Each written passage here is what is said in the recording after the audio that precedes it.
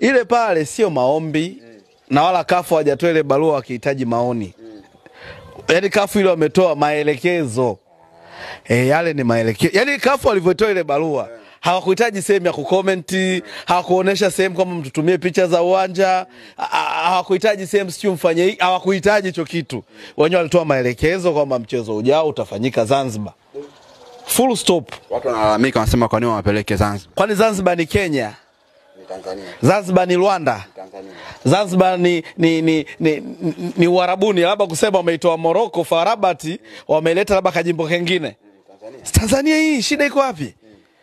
Kwani pichi ya Zanzibar imeongezeka ukubwa au imepungua udogo? Shida kule. Shida mimi naona inayotusumbua. Kuna uwezekano meneja uwanja mkorofi. Bwana. Akubali malisho ya mbuzi. Mimi nakwapia, yani ni sababu zisizokuwa za msingi. Unajua kafu nadhani ndo naweza kusema ndo taasisi ya mwisho kwa ukubwa wa Afrika. Yani ile ndo kwenye mpira ile ndo ya mwisho kafu. Yani ukisikia neno kafu, TFF zote, bodi za ligi zote za nchi zote ziko chini ya ile kitu. Sasa ile pale imeamua kwamba bana sikilizeni. Kuna mechi ilichezwa ya kwanza pale wale Waarabu sio nani wale atashaza Almasiri wakatoka mbili mvua ilinyesha, ilikuwa maajabu pale watu wanasengua ile. Unaelewa? Zile video zipo na kafu akaufungia uwanja. Sidhani kama kuna sehemu waliufungua. Serikali inasema imeshakagua na watu wanasema uko tayari.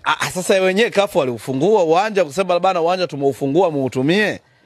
Kwani barua ya kufunga swali utoa kafu wenyewe? Kwamba uwanja unafungwa urekebishwe kwanza. Kwa hiyo kafu ana mamlaka ya kila kitu kama aliweza kuufungia uwanja. Sasa inakuaje kuzuia kuhamisha mchezo ashindwe? Anasema pale ni kwao, kwa nini wahamishe afu unawaambia leo, kwa nini usingewaambia tangia zamani? Kwani Zanzibar sio kwetu? Nisikilize.